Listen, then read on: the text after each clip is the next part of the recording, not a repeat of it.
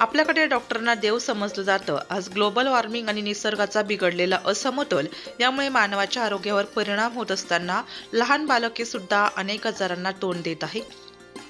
Doctor Sagar Bhalerao हे आपलं वैद्यकीय ज्ञान यांद्वारे बालकांच्या सुदृढ आणि निरोगी आरोग्यासाठी नवनवीन उपचार पद्धतीने आणि परिणामकारी औषध याद्वारे बालरुग्णांची सेवा बालदूत बनून करत आहे. त्यामुळे भारतीय बालरोग तज्ज्ञ संघटनेच्या जिल्हाध्यक्षपदी डॉक्टर सागर भालेराव यांची निवड झाली असून विहार मिसळच्या मागे गंगापूर नाका परिसरात भालेराव क्लिनिकच्या माध्यमातून गेल्या 11 वर्षांपासून बालरोग अतिदक्षता तज्ज्ञ म्हणून प्रॅक्टिस करणारे डॉक्टर सागर भालेराव यांची भारतीय बालरोग तज्ज्ञ संघटनेच्या जिल्हाध्यक्षपदी निवड करण्यात आली. बालरोग तज्ज्ञ संघटनेच्या इतिहासात जिल्हाध्यक्षपदी निवडले गेलेले डॉक्टर सागर भालेराव हे सर्वात तरुण व्यक्तिमत्व म्हणून ओळखले जात आहे. दिंडोरी तालुक्यातील एका खेड्यातून आलेल्या युवकाने वैद्यकीय पेशा फक्त व्यवसाय न मानता रुग्णसेवा हीच ईश्वर सेवा मानून सुरुवात करून त्यांनी मेहनतीच्या जोरावर या प्रतिष्ठित पदापर्यंतचा प्रवास केला. डॉक्टर सागर भालेराव गेल्या 7 वर्षांपासून इंडियन मेडिकल असोसिएशनच्या कार्यकारी समितीवर सक्रिय आहेत. त्यांनी वैद्यकीय क्षेत्रात समाजाभिमुख उपक्रम राबवले असून बालरोगांच्या तज्ज्ञांमध्ये विशिष्ट ओळख निर्माण केली आहे. त्यांच्या निवडीबाबत वैद्यकीय व सामाजिक क्षेत्रातून अभिनंदनाचा वर्षाव होत आहे. त्यांनी जिल्ह्यातील बालरोग उपचार आणि जनजागृतीसाठी मोठ्या प्रमाणावर सकारात्मक बदल घडवून आणण्याचा निर्धार व्यक्त केला आहे. त्यावेळी डॉक्टर बालरोग तज्ज्ञ संघटनेचे जिल्हाध्यक्ष डॉक्टर सागर भालेराव यांनी सर्वांचे आभार व्यक्त करत आपले मनोगत व्यक्त केले. नमस्ते, मी डॉक्टर सागर भालेराव. आज आपण बघतोय की वॅक्सिनेशन किंवा ॲनिमिया हे खूप कॉमन आहे मुलांमध्ये. त्याची आपण काळजी आणि ते प्रिव्हेंट करू शकतो आणि ते खूप सिंपल पद्धतीनं जास्त औषध किंवा जास्त तपास न करता येत आहे. त्याच्यातलाच आपण एक bye bye anaemia and breathe easy हा एक प्रोग्राम आहे. आमचा तो नॅशनल लेवलचा IAPचा प्रोग्राम आहे. तो आम्ही डिफरंट शाळेमध्ये घेतो. आता आम्ही जेम्स स्कूलमध्ये घेतला आहे. तिथे 200 मुलांनी त्याची तपासणी झाली. त्याच्यामध्ये हिमोग्लोबिन हे non invasive first time non invasive मेथडने आपण टेस्ट केलं, जिथे आपण रक्त न देता फक्त एक लेझरनी करून हिमोग्लोबिन एस्टिमेशन होतंय.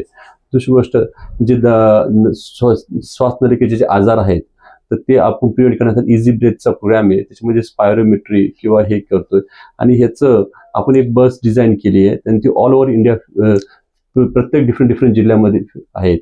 आता याच्या व्यतिरिक्त व्हॅक्सिनेशन आपण हे बघितलं, कोविडच्या काळामध्ये बघितलं की व्हॅक्सिन घेतल्यानंतर की भरपूर आजार प्रिव्हेंट करता येत आहेत.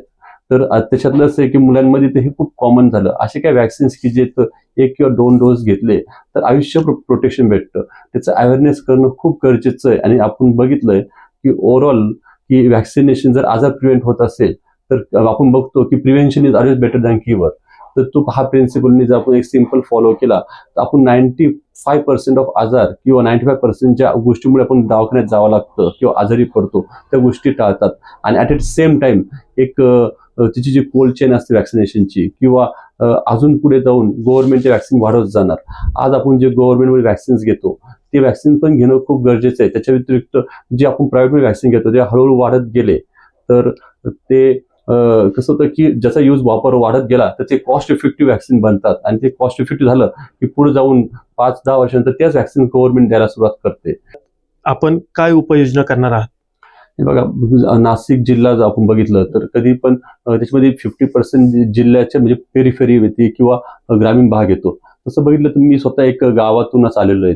एक आदिवासी तालुका दिंडोरी तालुक्यातलाच मी लहानचं मोठं झाले. माझं पूर्ण बालपण तिथे झालंय. नंतर मी माझ्या शिक्षणासाठी नाशिकला आलो आणि नंतर पुढे जाऊन मुंबईला गेलो. तर हे जे लहान मुलांचे प्रॉब्लेम्स आहे ते कम्प्लिटली म्हणजे एक सिंपल मेथड जर आपण वापरले तर खूप प्रिव्हेंट होऊ शकतात. आणि दुसरी गोष्ट एक बघतो की एक आता की मुलांच्या आहारामध्ये काय झालं, फास्ट फूडचं प्रमाण खूप वाढत चाललं. त्याचं अवेअरनेस खूप करणं गरजेचं आहे. कारण की कसं आहे की फास्ट फूड इझिली अवेलेबल आहे. आज एक प्रत्येक बिल्डिंगमध्ये गेलो तर एक शॉप बी दिसतं. तर त्या गोष्टींनी काय होतंय, मुलं त्याला चटक लागते आणि मग ते घेतलं जातं. मग मेन डाएट जे असतं आपलं म्हणजे जे भाजी पोळी वरण भात आपलं महाराष्ट्रीयन एक स्टेपल डाएट आहे तर त्याच्याकडे दुर्लक्ष होतं आणि मग ते मुलाला ते पानसट लागायला लागतं. तर आपण त्याच्यासाठी एक अवेअरनेस करणं खूप गरजेचं आहे. ॲट द सेम टाइम आपल्याला सप्लिमेंट्स देणं खूप गरजेचं आहे. जसं आयर्नचे सप्लिमेंट्स देणं गरजेचं आहे, कॅल्शियमची सप्लिमेंट देणं गरजेचं आहे, मल्टीव्हिटॅमिन सप्लिमेंट देणं गरजेचं आहे, व्हिटॅमिन डीचे सप्लिमेंट देणं गरजेचं आहे.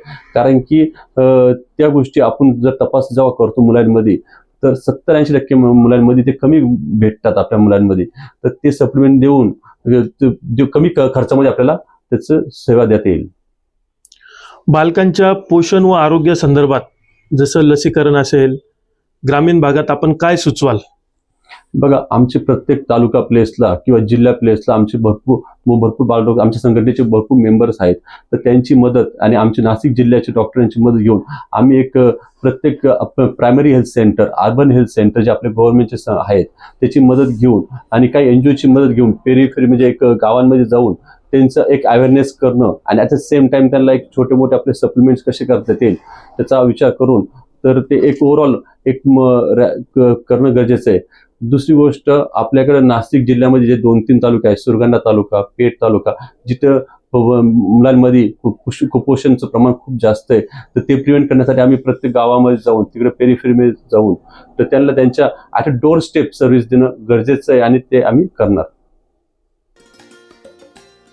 या प्रसंगी भारतीय बालरोग तज्ज्ञ परिषदेचे अध्यक्ष डॉक्टर वसंत खळदकर, सचिव डॉक्टर योगेश पारिक, नियोजित अध्यक्ष doctor Neelam Mohan, Indian medical association Maharashtra अध्यक्ष डॉक्टर संतोष कदम, महाराष्ट्र शाखेचे अध्यक्ष डॉक्टर संजय पाखमोडे, राज्य सचिव आणि भारतीय बालरोग तज्ज्ञ संघटनेचे कार्यकारी सदस्य डॉक्टर अमोल पवार, राज्य खजिनदार डॉक्टर रवींद्र सोनवणे, नाशिक IMAचे नियोजित अध्यक्ष डॉक्टर निलेश निकम, ज्येष्ठ बालरोग तज्ज्ञ doctor JS Patel, doctor Ladda, doctor Chopda, doctor Rajendra Kulkarni, doctor Sangeeta Londha, माळवते अध्यक्ष डॉक्टर सचिन चौधरी, नूतन जिल्हा अध्यक्ष doctor Sagar Bhalerao, doctor Atul Bonde, doctor Nilima Bhadrakhe, doctor Sheetal Pagar, doctor Avinash Kore, doctor Arun Gachale आदी मान्यवर उपस्थित होते. नाशिक लोकशाही न्यूज ब्युरो रिपोर्ट.